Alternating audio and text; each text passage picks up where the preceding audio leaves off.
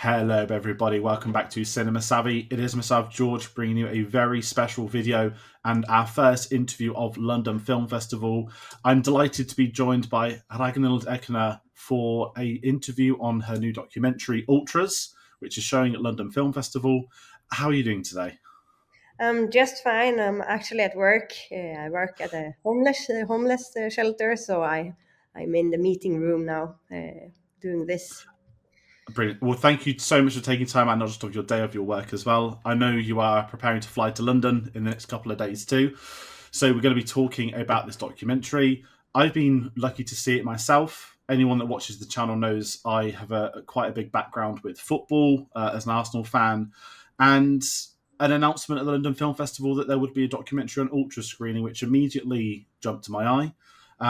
So I've been delighted to get this interview put into play. And kind of where I start with that, I'm really curious to know what your background is with football before starting on this documentary. Is everyone's going to have a different journey with this?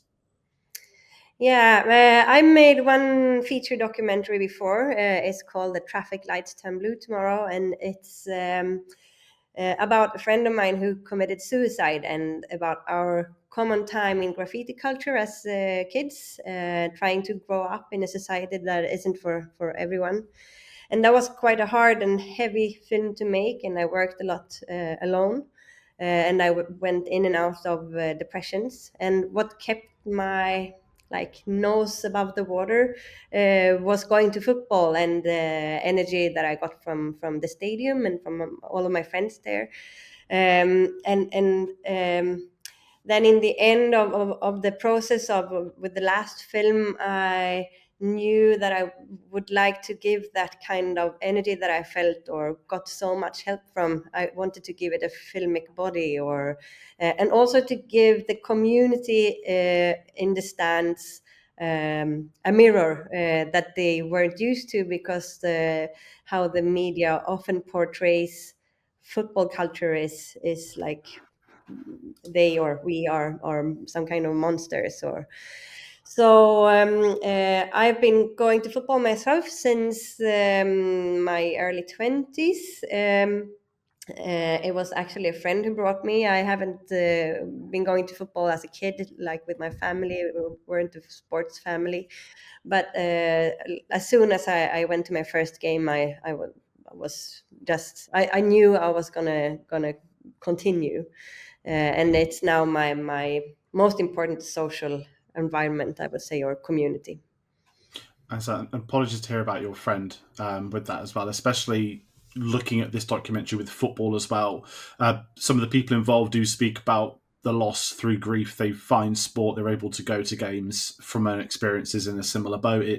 It's a cathartic experience. And you kind of jumped into my follow-up question. Was I was going to immediately ask and talk about this film's got a very positive representation of ultras, and we know traditionally within the media, within social confinements, people look down upon football fans, ultras specifically.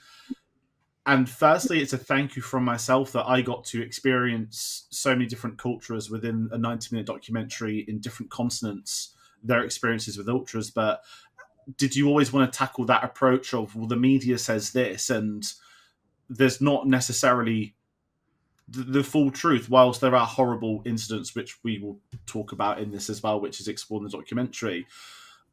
My highlight is going to Champions League games and seeing the European fans coming in, because I get to experience, if it's 3,000 of them, a completely different atmosphere, a different culture, their own ultras, alongside going to other games. Was that a key part of making this documentary? Yes, and the subject is enormous, of course, and also my that I wanted to cover the whole world is also like an enormous thing, and it would be many films to make to like cover it all. And as I told you before, what I see about ultras in media is often the bad parts, or the violent parts, or yeah, quite judgmental or black and white covering of it. And I just wanted to make a film that is this is my experience of the culture.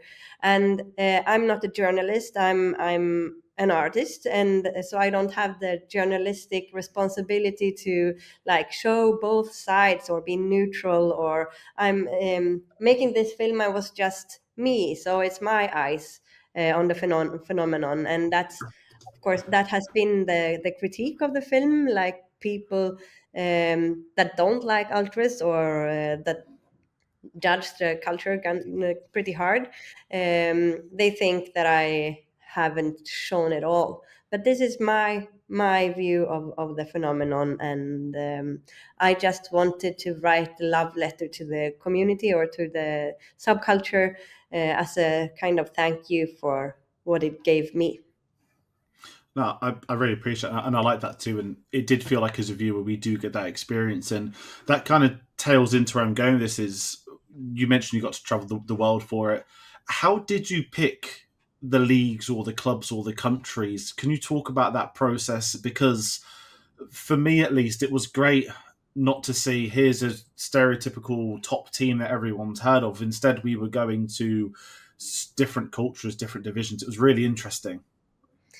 Yeah, when I'm filming, I go a lot. I work a lot with intuition and with my gut feeling and my own lust. So, for example, going to Morocco as my first trip was purely because that was the. It was like on the top of my bucket list to experience that, and then I just worked my way through the world somehow. And sometimes it was like I knew I wanted that club or that country, and sometimes it was like just a door opening, or I met someone at a bus who had a contact in whatever country. Or so it was different, and I would say the process was quite organic. That's like a cliche to say within making documentaries, but it's true. So it was different with different clubs, and but I also like, for example, I really love going to the UK. I like the culture, the aesthetics, the music. So I knew I wanted to cover UK as well, and then I also knew that I wanted to be like in a far down league, or where it's still the people sports, or where it's like the locals meet at the stadiums. Yeah, and that's what I really appreciated with this too. I mean, this is premiering at London Film Festival here in the UK. London, obviously, not just the capital of the country, but without sounding arrogant as an Englishman, a lot of people call it the home of football or where football was found. And how does it feel as a football fan to have this documentary premiering in London at this festival? I'm so happy about that. Actually, I've also before making this film, I hadn't traveled a lot because of money and yeah, my situation. So this film really brought me to the world and to experience the world. And now, when the film is done, I have to find a way to continue traveling, because now it's like in my system. I need to be out there, and especially to the UK. I need to come to the UK at least twice a year, I think, to be happy. So I'm very glad that I got the opportunity to come to London Film Festival now, and yeah, I'm excited. Lovely. I mean, it's great to hear that too. And kind of sticking with the UK, one thing I was excited by was the focus when it came to England in the documentary. We go to the non-league clubs rather than the traditional, not just the Premier League, the 92, the EFL. How did that process happen? I know you mentioned before you wanted to go to the local clubs. I mean, I'll say this, there's a Manchester City fan, or was a Manchester City fan, who interviews in the documentary, and it talks about the fact that the atmosphere has become uh, not necessarily fake, but it's put in the tone. I think is the stadium is not the cinema. That's the sentence I've got from the documentary. And certainly, without me getting trivial with clubs, you do get forced atmospheres now. There are certain teams and certain leagues where they're trying to make it more impressive than what it is. Yet we spend time with those non-league clubs where there are people choosing to go to their local team. We have the TV blackout at 3 o'clock, so these teams are still supported and protected. Was there a whole variety of teams you could have gone to, or was it always sort of Eastbourne? I'm so curious at that.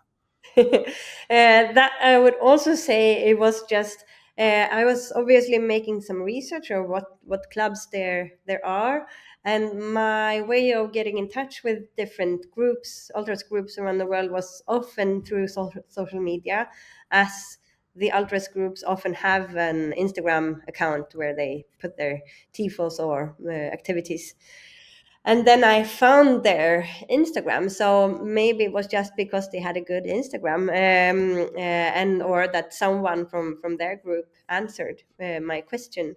But I was not like in the film. Eastbourne is the team that we see the most, but we also hear voices from Clapton CFC, a London club, and from Whitehawk FC in Brighton.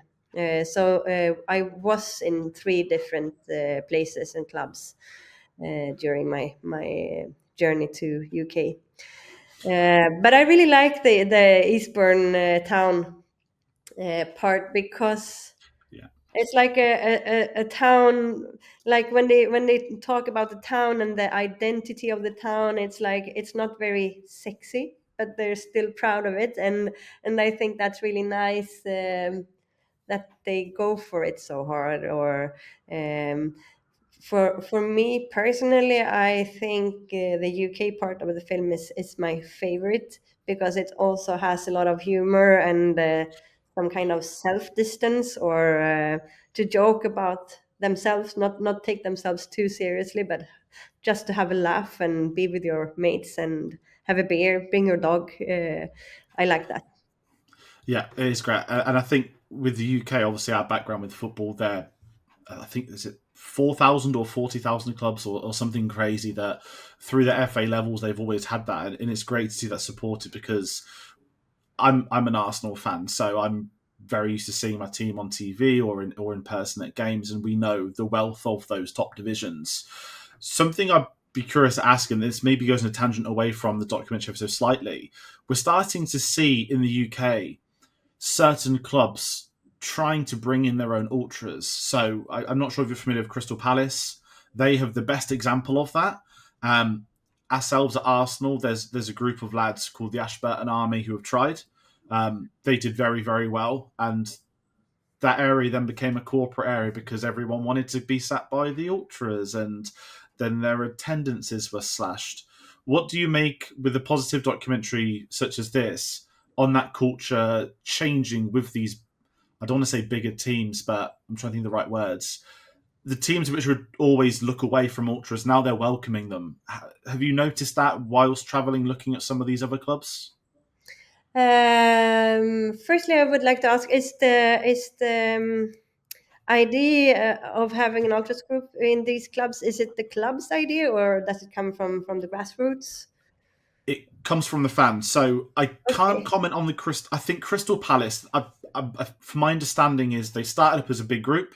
They were always singing. They had loud corner. Then the club starts working with the fans, saying, "Listen, we'll protect your seats. They're your seats. They're no one else's seats." I think when they were at Wembley at the FA Cup final in May, the club even had the seats where they'd have at the stadium at Wembley, that exact same area on the same part of the pitch. So Crystal Palace are a phenomenal example. My experience with the Arsenal ones, which I naturally know a little bit more about, is they started off as a group of lads similar ages to me in their like mid to late 20s. We grew up going to the Emirates, so renowned for not having the best atmosphere compared to Highbury with a new stadium, a new identity. But the younger generation start singing, the younger generation start coming through. I don't want to say we've been there at the bad times because as our bad times are not compared to financial woes such as other clubs, but they had an identity, and as the club started to climb the table again, they were carrying it. And then the club started working with them, started, these are going to be your seats in these rows. And then what's happened in the last 2 years is through many different factors, ticket touts, clubs wanting more money, more sponsorships, raising prices. They went from, I think, 60, 70 seats every game designated to wanting 100, 200. Now they get about 30. And the clubs axed all of that. They've funded tifos, banners, flags, The and clubs all tifos. the the fans have. So it's all Okay. been, they're called the Ashman Army. They've done it all themselves, and they've worked with the club. But there is still a big divide with the club, where the club want to work with them, but it's very selective in what they're working with, which is a shame for me as someone that gets to go there, and where I sit's normally near them. So they're trying to create an atmosphere. They're doing their best, and it's really interesting that there's some division still with the club and allowing it. Um, but it's strange because 5 years ago the concept of ultras in England was the biggest no no, and there's talk of clubs getting standing again, which will be the first time since obviously after Hillsborough that clubs are allowed to do that. That's in the process. It's fascinating, but I'm curious. Hmm. Yeah, I think like the thing about culture, both subcultures and like all kinds of culture, is that it's not. It's always in process, so of course like it's gonna develop in the UK as well, and the football culture of UK inspired all of the world, and now it developed into something that became the ultras culture, and now the UK get inspired by that, and that's the way it is. And I don't think that's a bad thing or a good thing. It's just the way it is. Like it's never like the culture can't stagnate. I don't know if that's the right word, or yeah, it is what it is. And the thing that I like about the alters culture is that it is a community thing, that you where you as an individual becomes part of something bigger. And at least in the western part of the world, I think the hyper individualization um, makes us quite unhappy, and that we need to feel like a part of the humanity, or of something bigger than ourselves, and that the football culture can really give that, and the ultra culture. So I'm not the one to judge, but I think it's a positive thing, that people takes the power in their own hands, and like being part of a subculture is somehow taking the power over my own time, or and in a world where it's easy to feel powerless or very small, that could be something that gives a lot of meaning. I really like that. And with the ultras culture, one thing I have to talk about, one of my favourite shots of the documentary. We don't get many football films or documentaries, especially at this level. When we get the unveiling of, I don't even know the right words for it. It's a fruit machine, but there's a banner in the stadium and the club logos coming down. How was that to film? Because as a viewer, it was satisfying to watch. I can't imagine what that was like in real time in the stadium. Um, uh, it was fantastic. I was also helping, like painting or making that tifo. So it was, and often when you are helping with a choreography or a tifo, you're in the middle of it when it's performed. So you don't know how it turns out until later when you can see pictures or videos on the internet. So you don't know if you succeeded or not. But during this tifo, I was filming and could see straight away that we did it, and that was such adrenaline kick. Yeah,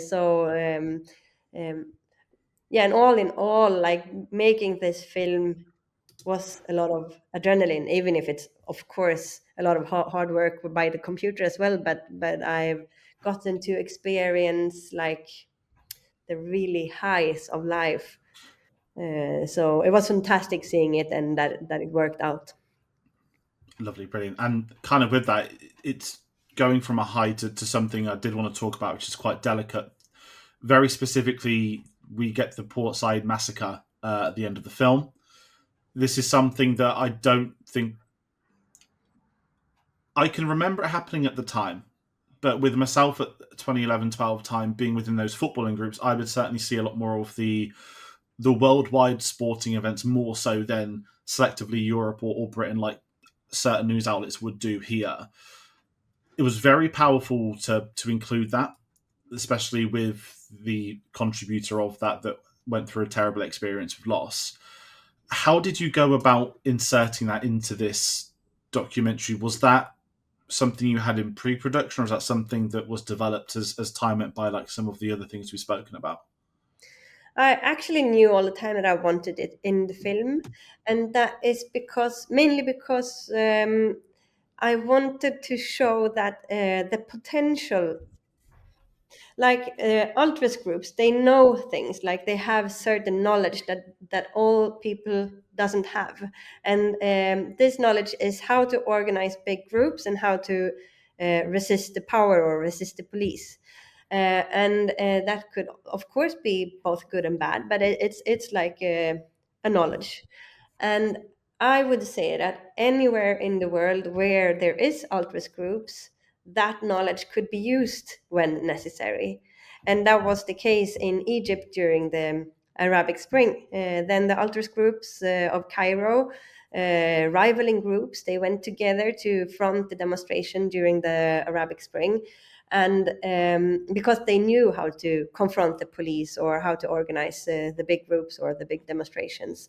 And that was, of course, really dangerous for the regime, and they wanted to quiet that. And that is why I think the massacre happened, to punish those groups. And after that, they also didn't allow any audience to the football games for a long Mm. time. They forbidden the ultras groups, so there can't be any more ultras groups in Egypt. They are labeled as terrorists.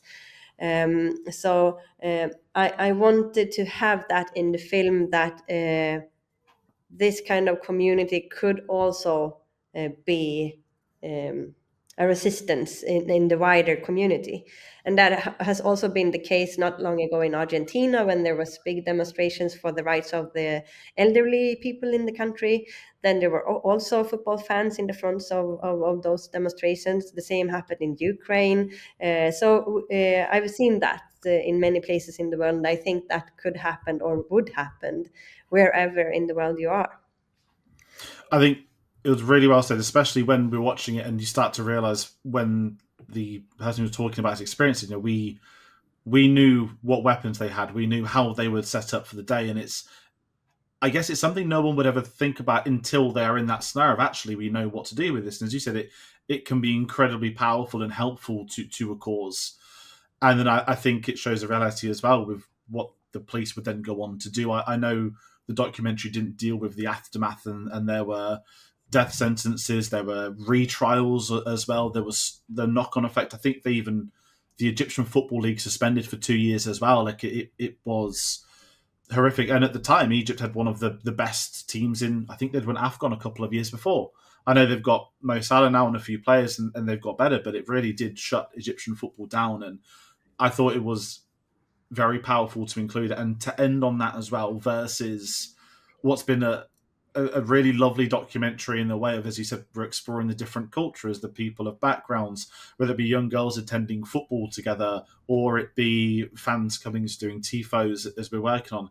I think to end on that really did send the message of it isn't always going to be as nice as this, and not me agreeing with the sentiment, but there are dangers of ultras, and we see relatively in the news, Liverpool's had it with fans in Italy, and there are certain ultras at certain clubs where you do get horrible incidents, but to see it weaponized against the government is something else entirely. And I sort of want to commend you for putting that in. I know it's not really a question as part of the interview, but that is the moment where I would be so curious to hear from the non-football fans. I know a couple that have seen it, and they said, they were loving it, and then suddenly it was terrifying, and they had no idea that can happen and has happened.